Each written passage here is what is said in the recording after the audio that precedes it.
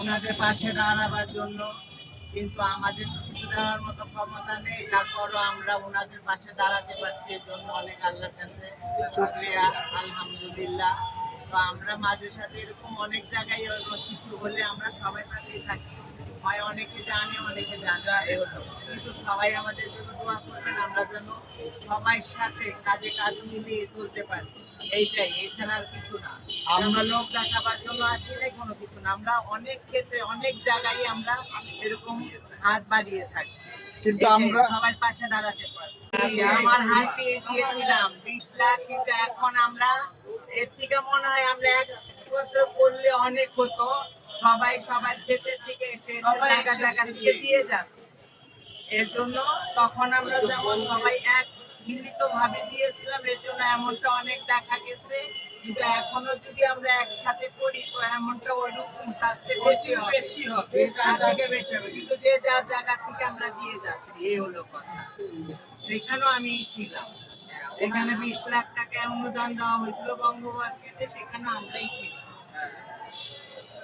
আপনারা সবসময় দোয়া করবেন যাতে এরকম আমরা মানুষের সরকার আমাদের কি দিবে এটা কোনো পরিকল্পনা না, কিন্তু আমরা চাই যে দেশটা সুন্দরভাবে, যে সরকার এখন বসছে অস্থায়ী ভাবে, ওনাকে সুযোগ দেওয়া হোক সবাই মিলে। আমরা যেন কেউ ওনাকে বিরক্ত না করি। এই যে এক একটা দাবি দাবি চাওয়া পাওয়া নিয়ে যে আমরা যে বিরক্তটা ওনাকে করতেছি, এইটা যেন আমরা কেউ না করি, এটা থেকে আমরা যেন সবাই বিরত থাকি।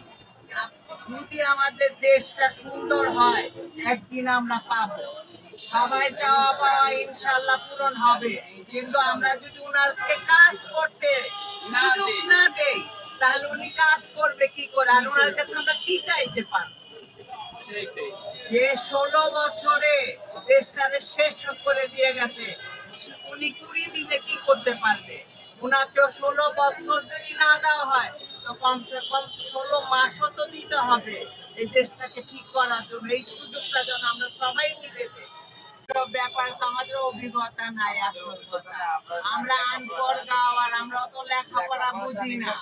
আমরা কি করে, আমরা রাজনীতি না, আমরা সবাইটাই খাই, আমরা সবাইটাই খাই, এই লোক কথা। আমরা তো হাত পেতে খাই, আমরা হাত পেতে, সবার ব্যাপারে আমাদের কোনো ধারণা নেই, এটার ব্যাপারে আমাদের কোনো ধারণা নেই।